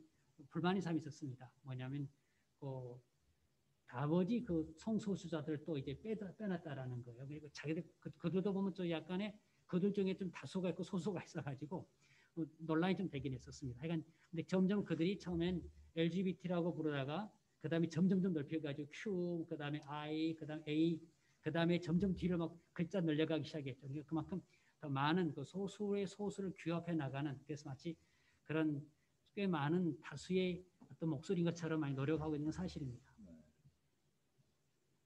감사합니다. 한 가지 더 질문 드리고 싶은데요. 사실 최근에 이런 젠더 이데올로기의 상황이 여러 유럽과 북미 지역에서 혹은 남미 지역에서 사실은 이제 다시 회귀하는 그런 상황들을 보고하는 그런 것들을 들었거든요. 그러니까 예를 들면 서구나 유럽이나 남미 등에서 이런 문제가 물론 이제 북미에서도 마찬가지입니다만 표현의 자유를 억압하는 그런 여러 규범들에 대해서 저항하는 그런 그 운동들이 생겨나고 특히 그 교육 분야에서 아동이나 유아 교육에서부터 이 젠더 교육을 시키니까 그거에 대해서 사회적인 반발이 있다는 거를 들었습니다. 그런데 혹시 어떤 나라에서 이런 그 젠더 교육이나 이런 차별 금지에 대한 법 조항이 폐기되거나 혹은 수정되는 그런 최근에 어떤 변화에 대해서 혹시 그런 사항이 있는지 모르겠습니다. 글쎄 지금 아까 말씀드린 것처럼 유럽, 특히 이제 미국, 캐나다 그쪽인데 아마 지금 말씀하신 것처럼 뭐랄까 많은 싸움이 좀 이루어지고 되는데 특히 대표적으로 교육에 논의됐던 건 미국의 오바마 대통령 때 논의 대표적인 화장실 전쟁이라고 하는 우리가 보기엔 좀 다소 생뚱맞게 보일지 모르겠습니다만은 소위 말해 성중립 화장실을 이용하게 해달라. 그리고 당연히 화장실 남녀로 돼 있었겠죠. 그러니까 그 중에 보면 나는 남자인데 나는 꼭 내가 왜 남자로 난 여자로 가겠다 해가지고 그때 화장실 소위 논란이 됐습니다. 그래서 그때 이제 오바마가 대통령 시절에 구별하지 마라 말이죠. 그래서 이 화장실 전쟁해 가지고 각 주마다 허용하냐 해서 막 논란이 됐습니다. 그래서 미국은 또 각 주마다 성향이 다르기 때문에 논란이 됐었고요. 그런 것처럼 화장실 문제가 되고 그다음에 아까 말한 것처럼 이제 특히 어릴 때부터 그런 거에 대해서 교육을 하게 되니까 특히 부모의 뭐랄까 교육권에 침해다. 자녀들에 대해서 이건 바꾸려고 하는데 이건 실제 문제된 게 부모의 친권을 배제시키는 그런 문제도 나타나고 해서요. 그래서 지금 미국의 경우는 아마 주마다 좀 달리 해서 지금 어떤 의미에서는 이제 동성애를 주장하는 사람들이 평등의 이름으로 또는 인권의 이름으로 들어오게 되니까 이제 미국은 기본적으로 종교의 영향이 강한 나라니까 종교자유회법이라는 걸 많이 만듭니다. 그래서 주마다. 그래서 이제 때로는 연방 차원에서 했다가 또 문제가 되고 했으면 각 주마다 소위 종교자유회복법이라는 걸 만들어서 거기서 이제 어떻게 나오냐면 그쪽엔 전체적인 흐름이 동성애를 차별하지 말라라고 하니까 그러면 예외적으로 허용해달라라고 해가지고 거기서 이제 교육, 그 다음에 교육만이 아니라 그런 사업, 그 다음에 다양한 그런 사회사업 이런 일을 해나갈 때 그런 거기서부터 벗어나게끔 하는 그런 지금 흐름이 되고 있습니다. 그러니까 지금 미국만 다시 예를 들면은 처음에는 이제 동성애를 거부했다가 강한 흐름에 따라 동성애를 허용하게 됐다가 다시 또 주 차원에서는 다시 종교자유회복법이라는 이름으로 나오게 되고 그런 식이 이루어지고 있고요. 그러니까 미국 주 차원에서 이루어지고 있다 설명드릴 수 있고 캐나다에서 좀 거의 논란이 좀 되고 있는 것 같고요. 그 다음에 좀 주목할 것은 이제 동그라파 중에 이제 폴란드, 헝가리 특히 그런 데서는 카톨릭이 좀 영향이 강하다 보니까 그쪽에서는 아예 헌법 자체에 그냥 결혼 개념 자체를 양성 결혼을 하고 아예 그쪽에 쓰는 용어들이 이제 흥미로운 건 그쪽 동그라파 쪽에 보니까 아예 동성애 독재라는 용어를 쓰기 시작하더라고요. 그런 식으로 해서 아마 그쪽은 이제 제도와 법으로 이렇게 바꾸는 것을 또 시도한 것 같습니다. 물론 그거에 대해서 또 나름 반대하는 입장이 대단히 그걸 억압이라고 보긴 합니다만 그러니까 지금 이렇게 흐름들이 지금 왔다 갔다 지금 이렇게 싸우고 있는 형국이라 볼 수 있고요. 한국에서는 이제 반대로 지금 미국의 그런 또 그런 나라 영향 따라서 우리나라 좀 가잘한 분위기가 되고 있어서 또 한국도 지금 어떻게 전개될지 지켜봐야 할 입장 같습니다. 그래서 어떤 분들은 한국에서 이런 운동이 뒷북치는 거 아니냐 이제 해외 유럽이나 다른 국가들에서는 다시 회귀하는 그런 운동들이 벌어지는데 한국에서는 뒷북치고 있다 이런 이야기들을 제가 하는 걸 들었습니다. 사실 또 질문이 들어왔는데요. 이 질문은 금방 말씀하셨던 내용하고 좀 연관이 있습니다. 질문이 이렇습니다. LGBTQ 운동을 가장 효과적으로 저지할 수 있는 법률적 장치가 무엇인지 궁금합니다. 어떤 법이 이러한 운동을 무력화할 수 있을까요? 이런 질문인데요. 법으로 확 막아버리면 시원할지 모르지만 그것도 역시 쉽지는 않습니다. 법으로 해결하기보다는 이건 결국은 도덕적 신념과 종교적 영향력이 더 크다고 저는 보게 되고요. 왜냐하면 법이라고 하는 것은 반드시 국가의 강제력을 동원할 수밖에 없습니다. 그러니까 예를 들어서 그러한 어떤 사람들을 처벌한다? 결과적으로 법이 동원할 수 있는 것은 아까 말한 것처럼 어떤 행위를 금지하고 처벌하고 책임 추구하게 되어 있는데 그러니까 그런 걸 하지 못하도록 막는다 그러면 법의 흐름으로 들어가게 되면 국가의 강제력을 동원할 수밖에 없습니다. 그러면 그랬을 때 나타난 그런 부작용이 또 있을 수 있거든요. 그러니까 차라리 어떤 의미에서는 그건 교육의 힘과 그 다음에 어떤 의미에서는 종교적인 분별력, 그 다음에 그에 기초한 어떤 사회의 어떤 의미에서 도덕 이게 같이 들어가야 되는 문제가 되는데요.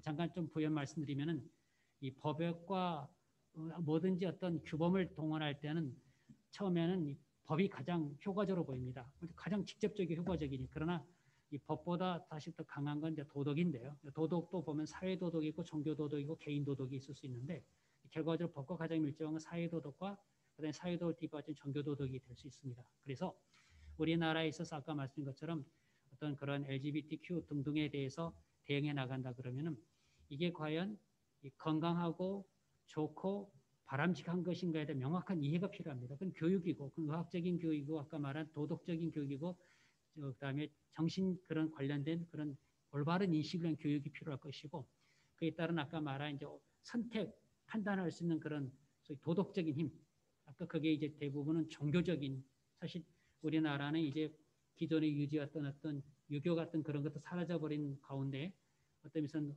대신할 수 있는 도덕, 종교 도덕이 뭐가 되건 이게 사실 좀 중요한 과제가 되고 있습니다만 하여간 그런 거에서 유지되는 게 좀 간접적이고 직접적이다 역설적인 표현인데 그게 낫고요. 법에 의해서 아까 말씀드린 것처럼 강제적으로 하긴 좀 오히려 부작이고 쉽지 않을 겁니다. 다만 이건 있을 수 있겠죠. 예를 들어서 아까 말한 것처럼 위험성인 행위를 우리가 막을 수 있는 것들 그러니까 예를 들어서 우리 법으로서 허용하지 않아야 할 것들 적어도 우리나라의 전통적인 제도와 도덕과 법으로는 기본적으로 다 그걸 분별로 맞게 해놨어요. 그러니까 그 점에 크게 문제되지는 않고요. 지금 오히려 일어난 흐름에 대해서는 이런 행위가 좋지 않다.